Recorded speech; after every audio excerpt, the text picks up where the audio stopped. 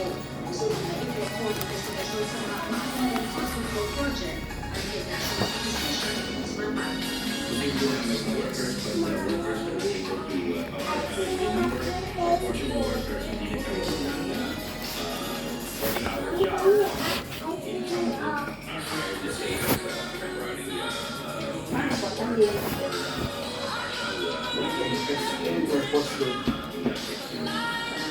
Pero sabi ng PSA, may epekto ito sa bilang ng mga wala ng pinagkakakitaan sa mga apektadong milyon.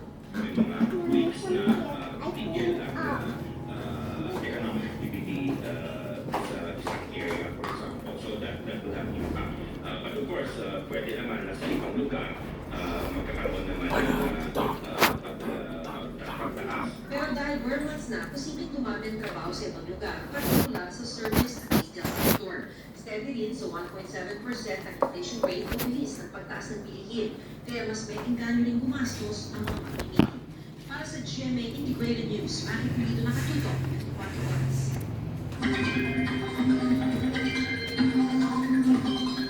Kasunod ng Bagyong Tino na nakalabas na po ng Philippine Area of Responsibility, may isa pang nagbabadyang sama ng panahon at posibleng maging super typhoon.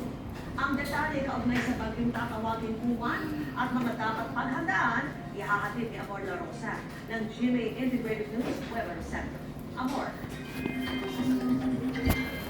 Salamat, Vicky. Mga kapuso, hindi pa nga nakakabangon ng marami mula po sa hagupit ng Bagyong Tino.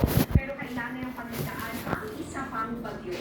Nasa labas pa yan ng Philippine Area of Responsibility, pero habang lumalapit sa Pilipinas, ay lumalakas at posible pang maging super typhoon.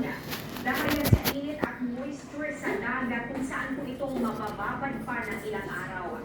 Simula po sa Sabado ng gabi o di kaya naman sa Linggo ay posibleng unti-unti nang maramdaman ang pagsik ng Bagyo Juan.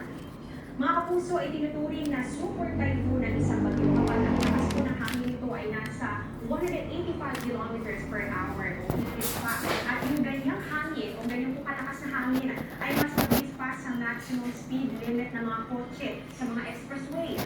Kaya kapag ganito kalakas ang bagyo, umaabot ang babala ng pag-asa hanggang sa signal number 5. Yung ganyang hangin po mga kapuso ay kayang sumira ng mga bakal at ibang struktura, lalo po yung mga gawa sa light materials.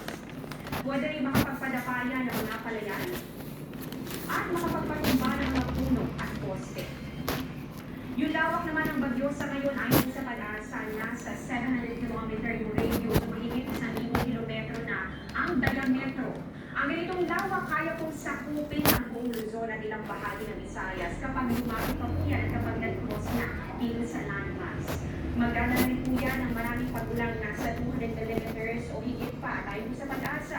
Hindi po inaalis ang tsansa na maging kasintindi rin ng ulan na itinubos ng bagyo dito. Kaya kung magtuloy-tuloy po yan, ay posible rin magduro ng mga pagkakakot at slide. At mga puso, nandiyan rin po ang panganib ng malalaking alon at storm surge na pwede umabot ng lagpas 3 metro o lagpas 9 na talampakan. Sa ngayon ay minamataan po ang bagyo may international name na Kumong sa layo 1,660 kilometers. Yan po ay dyan sa silangan ng northeastern Mindanao. Dahil po ang lakas ng hangin na abot sa 75 kilometers per hour at yung bugsin naman nasa 19 kilometers per hour. Ito po sa ngayon ay almost stationary o hindi po halos gumagalaw. Pero sa latest forecast na po ng pag-asa, posible itong pumasok dito sa Philippine Area of Responsibility. Maaari po bukas ng gabi o Sabado na madaling araw at tatawagin na natin sa local name na Uwan.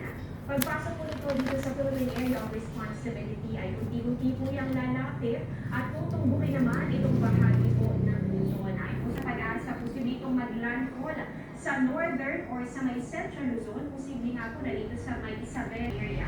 Pero mga puso, sa cone of probability na tinatawag